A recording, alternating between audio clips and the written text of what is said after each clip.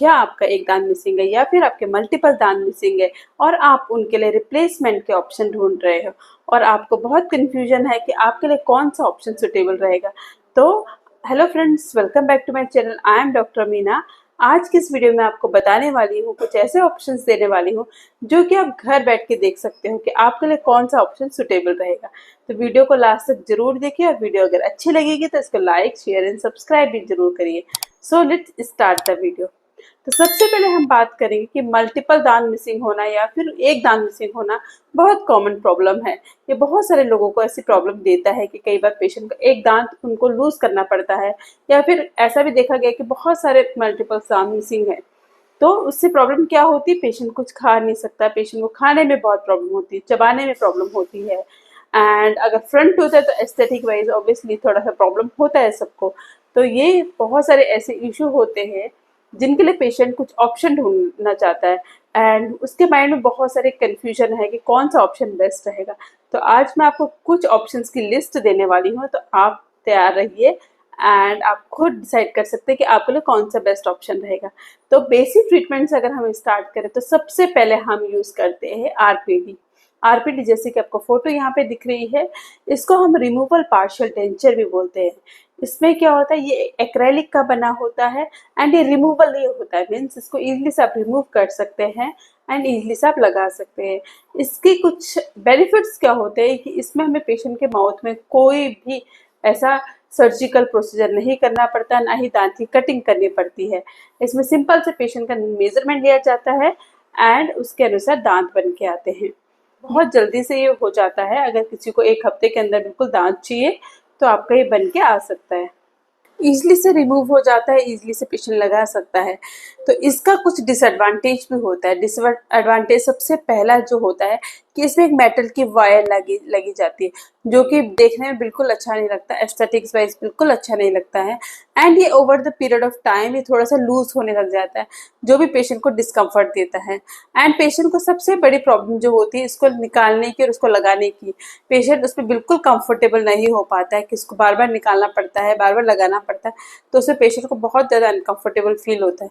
कुछ पेशेंट तो उसको लगाना ही छोड़ देते हैं, तो ये एक बहुत बड़ा ड्रॉबैक है इस तरीके की जो आरपीडी होता है उनका। अदरवाइज ये काम बहुत अच्छे से करता है लेकिन पेशेंट इसको इतने यूज टू हो ही नहीं पाता है।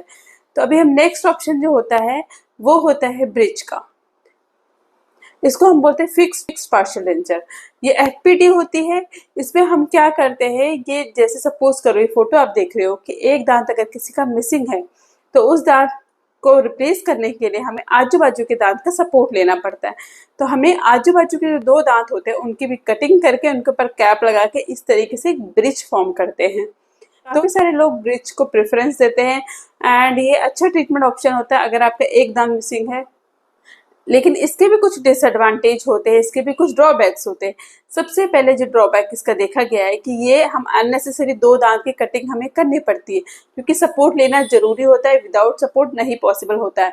तो ये दो दांतों की कटिंग हमें करनी पड़ती है।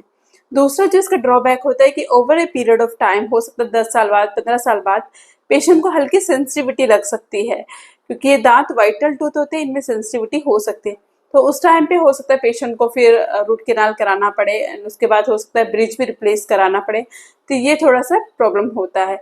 बाकी अगर देखा जाए तो इसका बहुत अच्छा रिजल्ट होता है, इसमें से पेशेंट को कोई इशू नहीं आता है, लॉन्ग लास्टिंग होता है। अगर पेशेंट ने अच्छे से मेंटेन किया तो काफ़ी साल चलते हैं एंड इसको भी काफ़ी सारे लोग प्रेफरेंस देते हैं। फायदे होते हैं अगर किसी को मेडिकली कॉम्प्रोमाइज पेशेंट है, यानी कि बीपी शुगर है, तो उन पेशेंट में और ट्रीटमेंट पॉसिबल इतना नहीं होता है जितना ये एफपीडी काम करता है, तो बहुत अच्छा रिजल्ट देता है। अब हम नेक्स्ट ऑप्शन की बात करते हैं, वो होता है डेंटल इम्प्लांट। डेंटल इम्प्लांट में क्या होता है, एक स्क्रू जो कि निकल टाइटेनियम का बना होता है वो हम मसूड़े में डालते हैं एंड स्क्रू डालने के बाद ये screw as a bone, as a आपकी जो दांत की हड्डी है उसकी तरह काम करने लग जाती है। ये बहुत अच्छा रिजल्ट देता है यंग पेशेंट्स में, इवन द ओल्ड पेशेंट्स में बहुत अच्छा रिजल्ट देखा गया है। लॉन्ग लास्टिंग इसका इफेक्ट होता है कि बहुत साल चलता है और लाइफ लॉन्ग इसको कहा जाता है कि लाइफ लॉन्ग चलता है। इम्प्लांट लगाने के बाद उसके ऊपर कैप लगाई जाती है तो it just look like your natural tooth, natural दांत की तरह काम करता है। इतना कोई इश्यू नहीं होता है पेशेंट को। प्लांट के भी कुछ डिसएडवांटेज होते हैं, कुछ ड्रॉबैक्स होते हैं।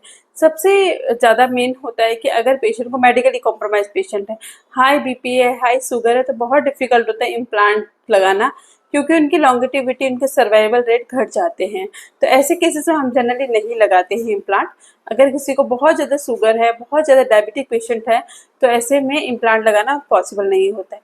दूसरी जो बात करते हैं कि अगर आपका बोन अच्छी नहीं है, तो भी इम्प्लांट का स्क्रू उसमें नहीं डाल सकते, एंड उसका सक्सेस रेट उतना अच्छा नहीं रहेगा। तो ये कुछ ड्रॉबैक्स होते हैं इम्प्लांट के। एंड अगर ऐसा है तो पेशेंट को घबराने की जरूरत नहीं है, उनके लिए ब्रिज जो मैंने आपको बताया है वो बहुत अच्छा रिजल्ट देता है। तो आज की इस वीडियो में यहीं तक था। If you still have any doubt, you can write me the comment box.